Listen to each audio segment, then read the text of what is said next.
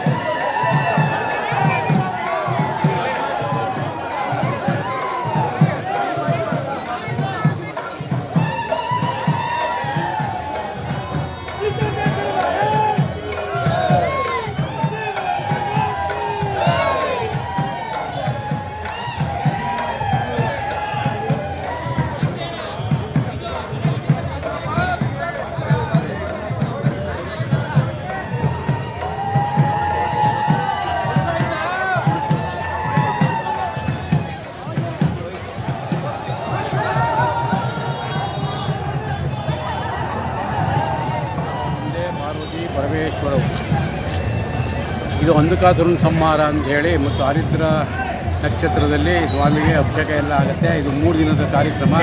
ಅದಕ್ಕಿಂತ ಮುಂಚೆ 7 ದಿನ ಅಮ್ಮನವರ ಒಂದು ಶಿವಕಾಮಿನಿ ಅಮ್ಮನ ಒಂದು ಉತ್ಸವ ನಡೆಯುತ್ತೆ. ದೀಕ್ಷಾ ಉತ್ಸವ ಆಗಿರುತ್ತೆ. ಇದು ಪ್ರತಿ ವರ್ಷವೂ ಕೂಡ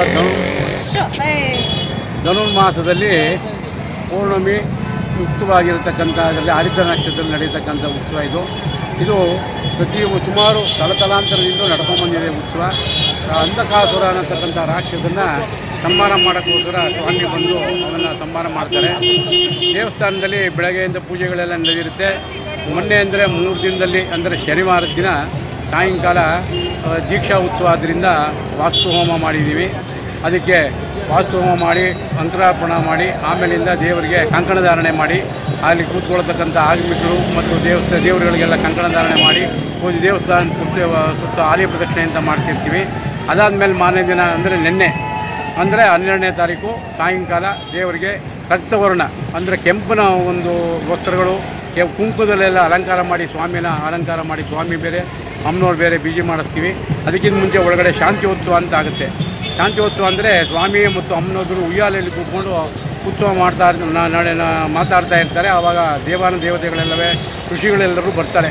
ಬಂದು ಅಯ್ಯೋ ನೀನು ಇಲ್ಲಿ ಸಂತೋಷವಾಗಿದೆಯಪ್ಪ, ನಮಗಿಲ್ಲಿ ರಾಕ್ಷಸರ ಕಾಲ ಕಿರುಕುಳ ಕೊಡ್ತಾ ಇದ್ದಾರೆ, ನಮ್ಮಗಳಿಗೆಲ್ಲ ತೊಂದರೆ ಮಾಡ್ತಾ ಇದ್ದಾರೆ, ನೀನು ನೆಮ್ಮದಿಯಾಗಿ ಕೂತಿದೆಯಲ್ಲ ಅಂತ ಬಂದು ಅವರು ದೇವ್ರನ್ನೆಲ್ಲ ಪ್ರಾರ್ಥನೆ ಮಾಡ್ತಾರೆ, ಈಶ್ವರನ್ನ. ಸರಿ ನಾನು ಬರ್ತೀನಿ ತಡಿ ಅವ್ರನ್ನ ಸಂಹಾರ ಮಾಡೋಣ ಅಂತೇಳಿ ಆಗ ಇದ್ದಕ್ಕಿದ್ದಂಗೆ ಹೊರಟು ಬಂದುಬಿಡ್ತಾನೆ.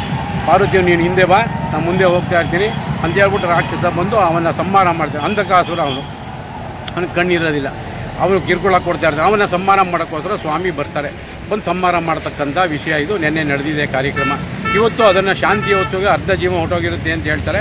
ಆಮೇಲೆ ಅರ್ಧ ಜೀವನ ಇರುತ್ತಲ್ಲ ಅದನ್ನು ಆ ಸ್ವಾಮಿಗೆ ರೌದ್ರಾಕಾರ ಬಂದುಬಿಟ್ಟಿರುತ್ತೆ. ಸಂಹಾರ ಮಾಡಿದಂಥ ಕಾಲದಲ್ಲಿ ಅದನ್ನು ಶಾಂತಿ ಮಾಡಬೇಕು ಅಂತೇಳಿ ಅಲ್ಲಿರ್ತಕ್ಕಂಥ ಆ ದೇವಸ್ಥಾನದ ಆಗ್ಮಿಕರು ಅದನ್ನು ಕೂತ್ಕೊಂಡು ಜಪ ಮಾಡ್ತಾರೆ. ಅವನ ಶಾಂತಿ ಮಾಡೋಕ್ಕೋಸ್ಕರ ತಪ ಮಾಡ್ತಾರೆ. ಅವನ್ನ ಸಮಾಧಾನ ಮಾಡಿಸಿ ಸಮಾಧಾನ ಮಾಡ್ತಾರೆ.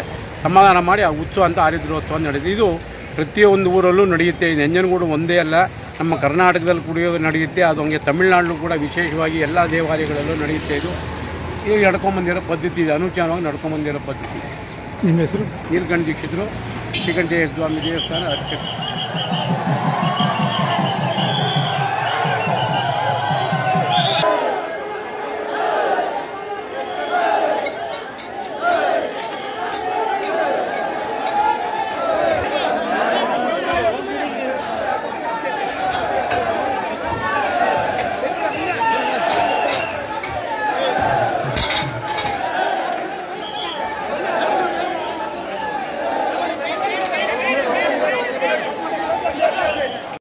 ಬಾಗಲಕೋಟೆ ಡಿಸ್ಟಿಕ್ ಎಲ್ಲೇ ಇದ್ರು ಕಂಟ್ರೋಲ್ ಮಾತ್ರ ಬರಬೇಕು.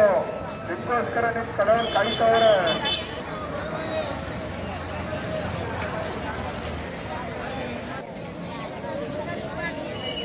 ದೇವತಿ ಚಂಡ ದೇವತಿ ಬಂದಿದ್ದಾರೆ.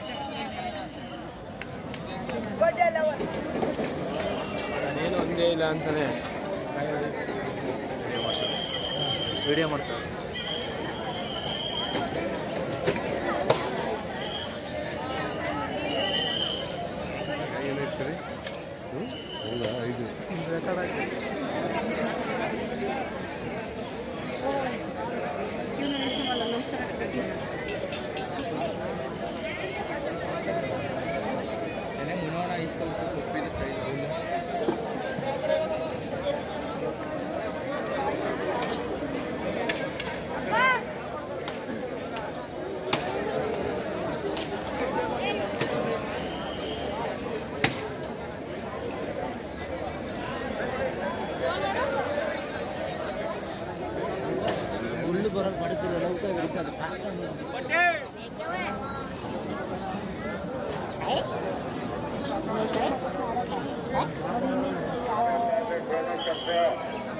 ಅದಕ್ಕೆ ಕಾಣಿಕೆ ನಗನಾಣ್ಯಗಳನ್ನು ಉಂಡಿಯಲ್ಲಿ ಹಾಕಿರಿ.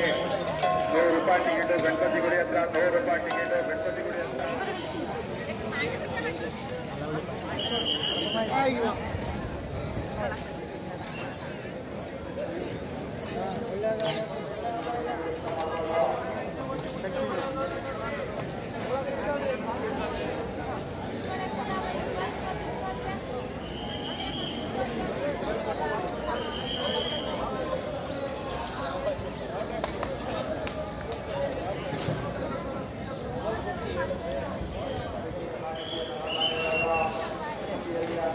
ಬರ್ಲಾ